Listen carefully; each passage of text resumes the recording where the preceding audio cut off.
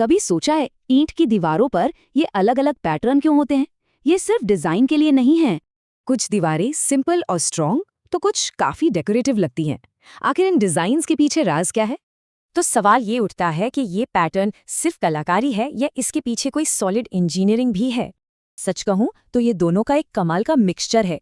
चलिए इसी को समझते हैं। देखिए, मेन चैलेंज तो यही है कि सैकड़ों छोटी छोटी ईंटों को एक साथ एक मजबूत यूनिट की तरह कैसे जोड़ा जाए। इसका सीक्रेट है बॉन्ड। यही दीवार की मजबूती और उसके लुक दोनों की चाबी है। असल में बॉन्ड शब्द के 3 मतलब हैं: स्ट्रक्चरल बॉन्ड, पैटर्न बॉन्ड और मोर्टार बॉन्ड। इन पैटर्न्स को समझने से पहले ईंट के 2 बेसिक फेजेस को जानना जरूरी है। पहला है स्ट्रेचर, यानी ईंट का लंबा वाला साइड जो दीवार के साथ साथ चलता है। और दूसरा है हेडर, मतलब ईंट का छोटा वाला सिरा जो दीवार की चौड़ाई को कवर करता है। सबसे कॉमन पैटर्न है रनिंग बॉन्ड। इसमें सिर्फ स्ट्रेचर लगते हैं जिससे मजबूत ओवरलैपिंग लेयर्स बनती हैं। लेकिन इंग्लिश और फ्लेमिश बॉन्ड जैसे हिस्टोरिक पैटर्न्स में स्टाइल और स्ट्रेंथ दोनों के लिए हेडर स्ट्रेचर यूज होते हैं। इंग्लिश बॉन्ड में हेडर्स और स्ट्रेचर्स की अलग अलग लाइनें होती हैं, वहीं फ्लेमिश बॉन्ड में हर लाइन में दोनों मिक्स होते हैं। आजकल के मॉडर्न डिजाइन्स में स्टैक बॉन्ड काफी पॉपुलर है, एकदम साफ ग्रिड जैसा जिसमें सारे जॉइंट्स लाइन में होते हैं।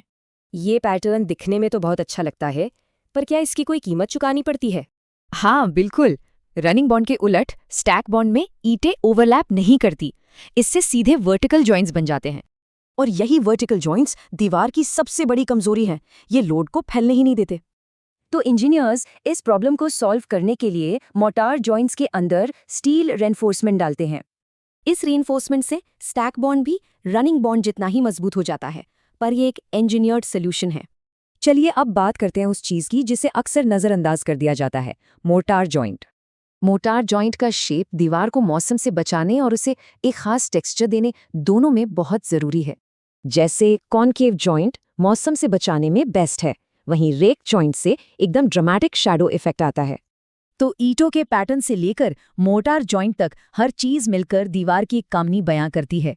मतलब एक सीधी साधी ईंट की दीवार असल में स्ट्रक्चर और स्टाइल की एक छुपी हुई भाषा बोल रही होती है।